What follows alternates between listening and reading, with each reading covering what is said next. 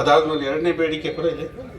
ಎರಡನೇದು ಅಲ್ಲ ಕೊಡಿ, ಪಾಂಪ್ಲೆಟ್ಸ್ ಕೊಡಿ, ಬನ್ನಿ ನೀವು ಈಚೆ ಬನ್ನಿ ಕೊಡಿ ಪಾಂಪ್ಲೆಟ್ಸ್. ವಿದ್ಯುತ್ ಯಾರು ಬಂದಿರಪ್ಪ ನೋಡಿ, ತಹಶೀಲ್ದಾರ್ ಅದ, ನೀವೇ ಹೇಳ್ಬೇಕು.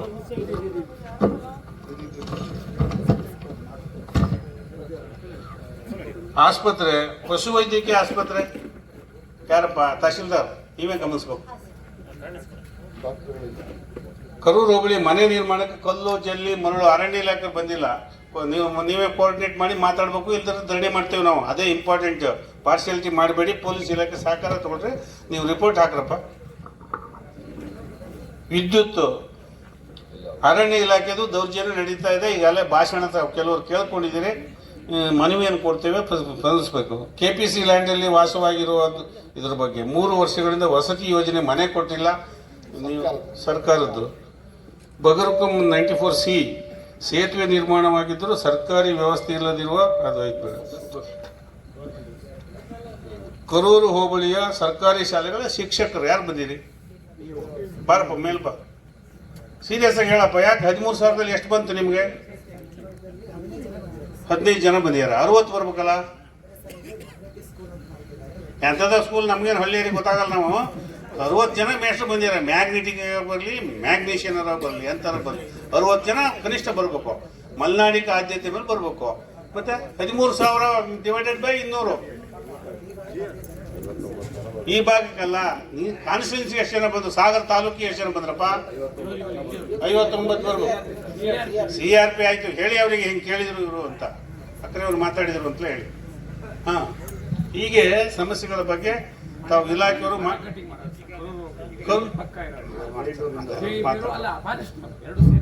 ಮಾಡಿ ನಮ್ಮ ಉತ್ತರ ಹೇಳಿ. ಏನು ಹೇಳ್ತೀರಿ? ಯಾರು ಮೆಮೊರಂಡಮ್ ಕೊಡೋರು? ಈ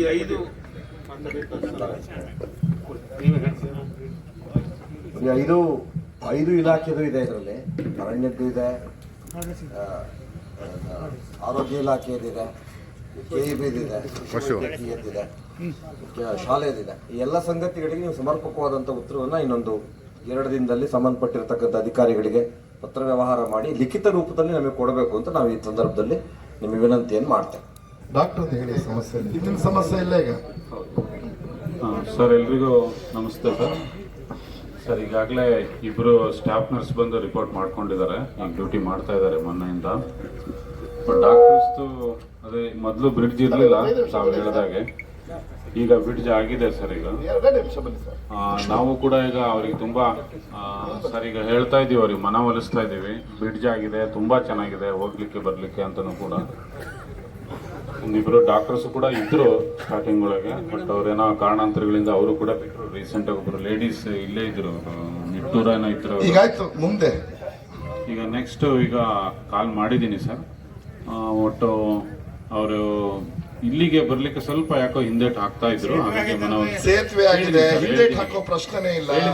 ಸರ್ಕಾರ ಈ ಹಿನ್ನೀರಿನ ಪ್ರದೇಶಕ್ಕೆ ಆದ್ಯತೆ ಮೇಲೆ ಸರ್ ಅದನ್ನೇ ಹೇಳ್ತಾ ಇದ್ದೀನಿ. ಈಗ ನಾನು ಅವರಿಗೆ ತುಂಬಾ ಮನವೊಲಿಸಿದ್ದೀನಿ ಈಗ, ಯಾಕಂದ್ರೆ ನಮ್ಮ ಕೊಲೀಗ್ಸ್ ಮನವೊಲಿಸೋ ಪ್ರಶ್ನೆ ಇಲ್ಲ ರೀ.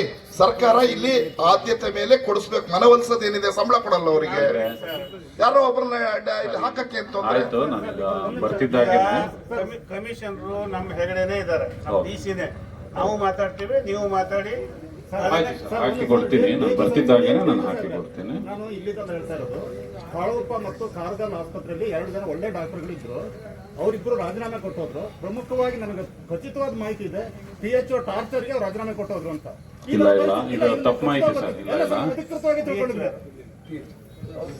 ಸರ್. ಇಲ್ಲ ನೀವು ದುಡ್ಡು ಕೊಡ್ಬೇಕನೋ ಸರ್. ಇಲ್ಲ, ತಪ್ಪು ಮಾಹಿತಿ ಅಲ್ಲ ಸರ್, ತಪ್ಪು ಮಾಹಿತಿ.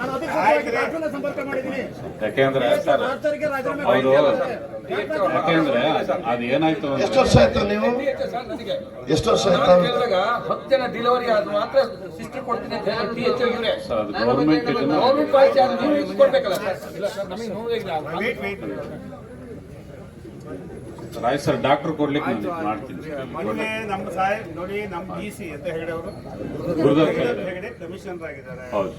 ಏನ್ ಬೇಕೋ support ಮಾಡ್ತಾರೆ. ಆಯ್ತು ಸರ್ ಹಾಕ್ಕೊಡ್ತೀನಿ. ನಿಮ್ಮ MLA ಆದ್ರೂ ಮಾತಾಡಿ, ನಿಮ್ಮ ಡಿಸ್ಟ್ರಿಕ್ಟ್ ಮಿನಿಸ್ಟರ್ ಸಹಕಾರ ಆಯ್ತು ಸರ್ ಹಾಕ್ಕೊಡ್ತೀನಿ. ಹೇಳಿ ನೀವು ವಾಟರ್ ಬಿಲ್ ಬಗ್ಗೆ ಎರಡು ಕಥೆ ಹೇಳ್ಬೋದು. ಇಲ್ಲಿ ಹೇಳಿ ಹೋಗೋದಲ್ಲ. ಬಂದಿದ್ದಾರೆ ಕೊಡ್ತೀನಿ. ಬ್ಯಾಕ್ವರ್ಡ್ ಅಲ್ಲಿ 7 ಪೋಸ್ಟ್ ಇದೆ ಸರ್. ಮೊನ್ನೆವರೆಗೆ ಒಂದೇ ಇದ್ರು. ಬ್ಯಾಕ್ವರ್ಡ್ ಅಲ್ಲೂ ಕೂಡ ಹಾಕ್ಕೊಡ್ತೀನಿ. 2 ಜನ ನಿನ್ನೆ ಹೌದು. ಅಲ್ಲ ಬ್ಯಾಕ್ವರ್ಡಿಗೆ ಕೊಡ್ಬೋದು ನೀವೀಗ, ಬ್ಯಾಕ್ವರ್ಡಿಗೆ ಕೊಡ್ಬೋದು. 7 ಜನ ಬೇಕಲ್ವಾ? ಇವತ್ತು ಜನ ಇಲ್ಲ 7 ಜನ ಅಲ್ಲಿ ಬೇಕಾಗಿರೋದು. 7 ಜನ ಇಲ್ಲ ಸರ್. ಎಷ್ಟು ಹಕ್ಕುಪತ್ರಗಳನ್ನ ಎಷ್ಟು ಕೊಟ್ರಿ ಅನ್ನೋದನ್ನ, ಕರೂರು ಹೋಬಳಿಯಲ್ಲಿ ಎಷ್ಟು ಹಕ್ಕುಪತ್ರ ಕೊಟ್ರಿ? ನಾನೇ ಬಗರಕುಂನ ಸಮಿತಿ ಸದಸ್ಯನಾಗಿ ಈ ಭಾಗದಲ್ಲಿ 3,500 ಜನಿಗೆ ಹಕ್ಕುಪತ್ರ ಕೊಟ್ಟಿದ್ವಿ. ಈ ಭಾಗದಲ್ಲಿ ನಾನು ಬಗರಕುಂ ಸಮಿತಿಯ ಸದಸ್ಯನಾಗಿ ಕೊಟ್ಟಿದ್ವಿ.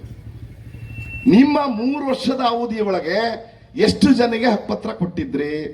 94 ಸೀಲ್ ಎಷ್ಟು ಜನಿಗೆ ಹಕ್ಕುಪತ್ರ ಕೊಟ್ಟಿದ್ದೀರಿ? ಲೆಕ್ಕ ಕೊಡ್ಬೋದ ತಾವು?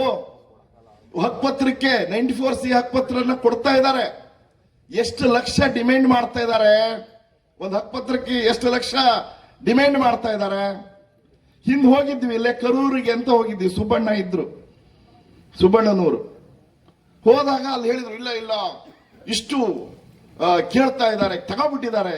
40-45 ಜನರದ್ದು ದುಡ್ಡನ್ನ ಬಗರೊಕ್ಕಮಿಂದ ಹಕ್ಕುಪತ್ರ ಕೊಡ್ಸೋದಕ್ಕಾಗಿ ತಗೊಂಡ್ಬಿಟ್ಟಿದ್ದಾರೆ ಇಲ್ಲೊಬ್ರು ಪ್ರಮುಖರು ಬಿಜೆಪಿಯ ಕಾರ್ಯಕರ್ತರು ಅನ್ನೋ ಮಾತನ್ನ ಆ ಸಂದರ್ಭದಲ್ಲಿ ಪ್ರಸ್ತಾಪ ಆಯ್ತು. ಈಗ ಎಷ್ಟು ಒಂದು ಹಕ್ಕುಪತ್ರಕ್ಕೆ ಬೆಲೆ ಬಂದಿದೆ? ಸಾಗರದಲ್ಲಿ ಏಜೆಂಟ್ಗಳು ಹುಟ್ಕೊಂಡ್ಬಿಟ್ಟಿದ್ದಾರೆ. ಸಾಗರದಲ್ಲಿ ಶಾಸಕರ ಹಿಂಬಾಲಕ ಏಜೆಂಟ್ಗಳು ಹುಟ್ಕೊಂಡ್ಬಿಟ್ಟಿದ್ದಾರೆ.